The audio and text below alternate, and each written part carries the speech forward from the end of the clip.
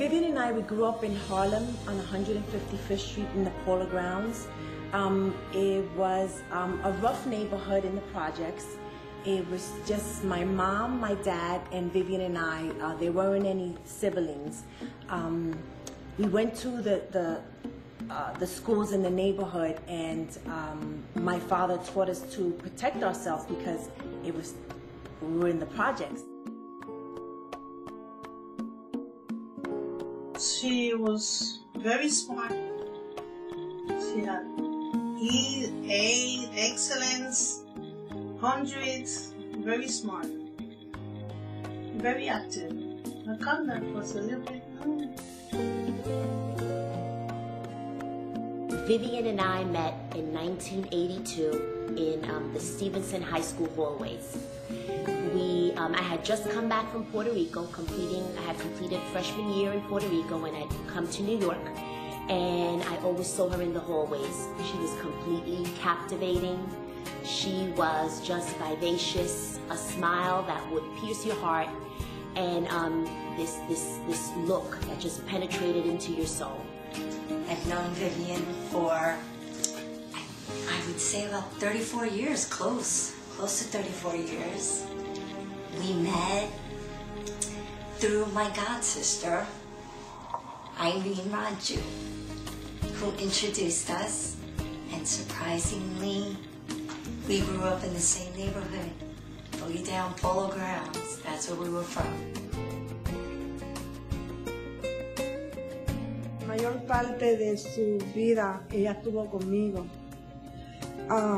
Desde chiquita, su mamá siempre ha estado viviendo en casa, iban, me visitaban siempre, se quedaban los fines de semana. I remember when we were younger, we would watch our favorite shows like Magilla Gorilla and Popeye, and I remember that we would laugh together and play and do sisterly things, fight, make up, and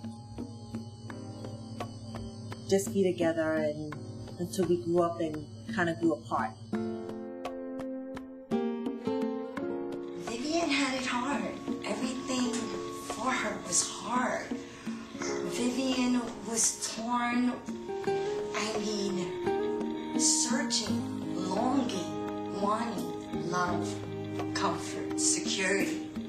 I was around Vivian during teenage years. During those years, she became pregnant at an early age, and I was with Vivian while she had a happy home with Albert.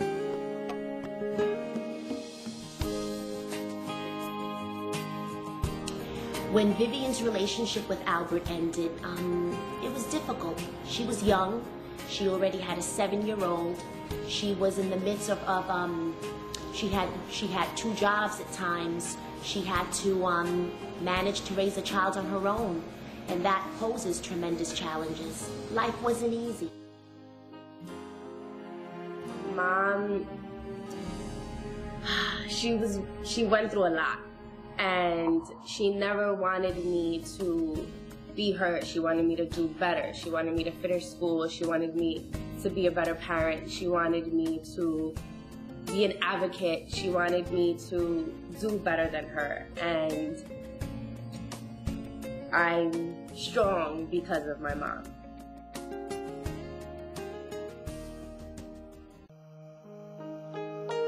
As a young kid, it's kind of sad always, because like, you know, I didn't have my pops, and then mom, you know, she was always on her grind, but like, you know, that wasn't what it seemed to me anyway.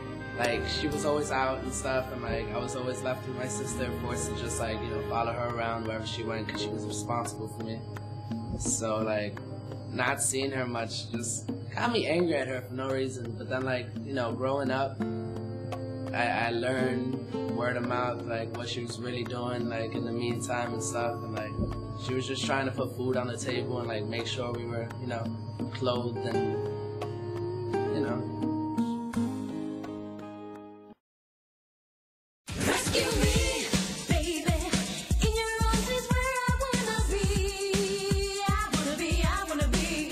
Here with you, sweetheart, doing anything you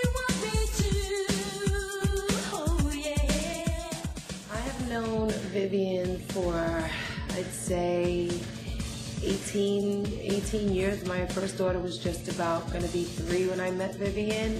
We all grew up together. It was me, Yvette, Verna, Lillian. She was just the most incredible friend, confidant anybody could have. She was my everything.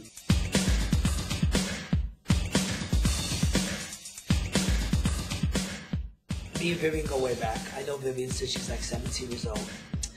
And she was always an aspiring singer and songwriter. And so she was watching all the groups that were coming out, Cover Girl and Naomi. She knew that I was the manager. I kind of like saw her and took a liking to her. And out of everybody in the crowd, she just stood out to me. She was just seemed to be a very special person to me. Not speaking to her and just seeing her there and backstage. And she knew Brenda K-Star, so she knew a few people. And then she started this little freestyle group back then. She didn't really have a hit record, but you know, she was starting to try to get her feet wet. And so I kind of looked out for her.